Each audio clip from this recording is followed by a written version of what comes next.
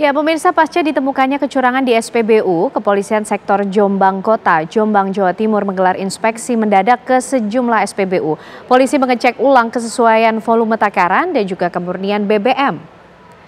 Polsek Jombang Kota dibantu Koramil Jombang Kota Jumat siang melakukan sidak ke SPBU 54611406 di Jalan Raya Desa Mojongapit, Kecamatan Jombang Kota.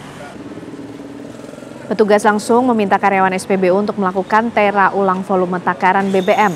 Dengan menggunakan alat khusus untuk mengecek kesesuaian volume takaran, karyawan SPBU melaksanakan permintaan petugas. Karyawan SPBU mengambil BBM dari mesin pompa, kemudian dicek. Setelah dicek, tidak ditemukan adanya kekurangan volume melebihi ambang batas. Sebab pengurangannya hanya 0,005% dari 20 liter yang dites. Dalam sidak ini, petugas juga mengecek ketersediaan stok menjelang musim mudik dan lebaran.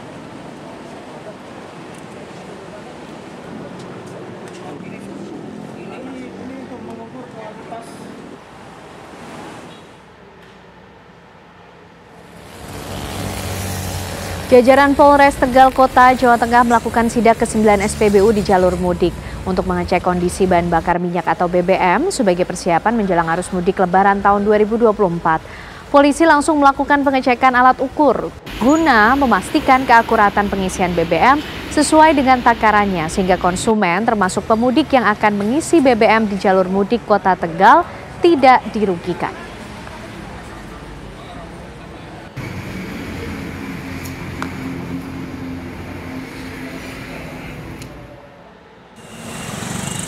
Pasca Bareskrim Polri menyita ribuan liter Pertamax palsu membuat hari ini SPBU yang berada di Jalan Raya Bogor, Paal, Sigunung, Kelurahan Tugu, Kecamatan Cimanggis, Kota Depok, Jawa Barat, SPBU yang biasa ramai hari ini tampak ditutup.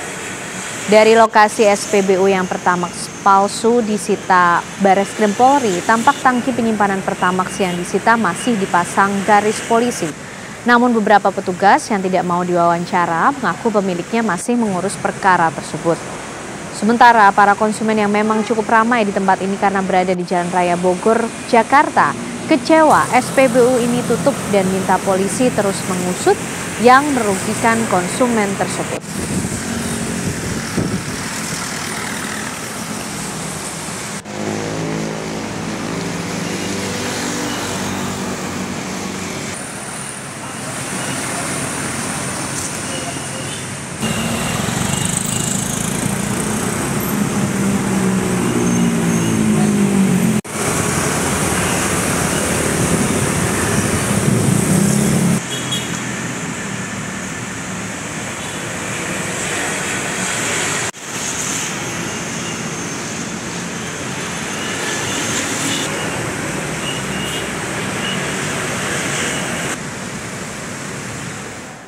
Ya, untuk membahas mengenai peristiwa ini, pemirsa, kami ajak Anda berbincang dengan Pak Mulyanto, anggota Komisi 7 DPR RI. Selamat malam, Pak Mulyanto. Malam, Mbak Ana. Ya, Pak Mulyanto, sudah digelar ya informasinya rapat dengar pendapat dengan pihak Pertamina terkait dengan adanya peristiwa temuan BBM yang kemudian dioplos, Pak, dicampur dengan menggunakan bahan lainnya. Nah, kemudian apa hasil dari RDP tersebut? Ya, ini mohon maaf, ini sebenarnya RDP-nya dilaksanakan oleh Komisi 6 ya Pak ya. Oke. Bukan dengan komisi saya gitu. Jadi saya pun mengikutinya dari media saja ini. Oke, baik Pak, tapi dengan adanya RDP tersebut kemudian beberapa pihak juga ini berharap menuntut bahwa diberikan sanksi yang kemudian cukup berat sehingga ada efek jera karena ini juga cukup merugikan. Bagaimana pandangan Pak Mulyanto? Iya. Nanti kalau kita khusus membahas itu dengan Pertamina, saya juga memang ingin menyampaikan itu ya. Teman-teman juga Komisi 7 kita diskusi melalui WA group ya. Rata-rata teman-teman marah ya. Karena ini kan memasuki bulan Ramadan menjelang Idul Fitri ya.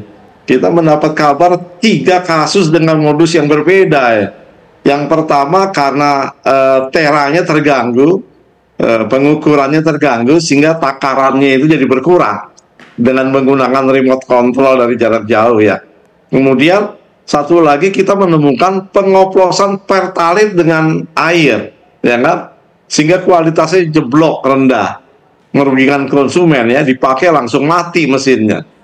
Yang ketiga ini yang diketahui di 4 titik ya Pak ya, di Tangerang 2 SPBU, 1 di Depok, 1 lagi di Jakarta ya, ada 4 titik pengoplosan Pertalite dikasih pewarna menjadi Pertamax dijual.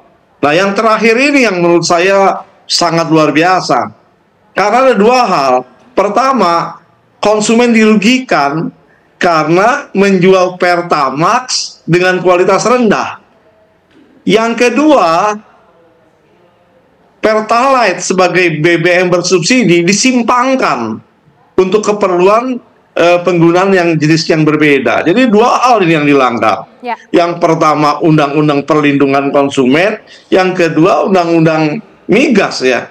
Jadi ini BBM bersubsidi disimpangkan untuk keperluan yang lain, dioplos, dijual menjadi harga Pertamax. Baik, Pak Mulyanto. Ini luar biasa. Ya, baik. Pak Mulyanto, terima kasih atas pandangannya. Tentu ini menjadi perhatian kita semua dan kita menunggu bagaimana kemudian polisi bisa mengusut tuntas adanya kasus ini dan juga memberikan sanksi tegas sehingga tidak merugikan semakin banyak masyarakat. Terima kasih Pak Mulyanto, selamat malam, anggota Komisi 7 DPR RI sudah bergabung bersama kami di Apa Kabar Indonesia Malam.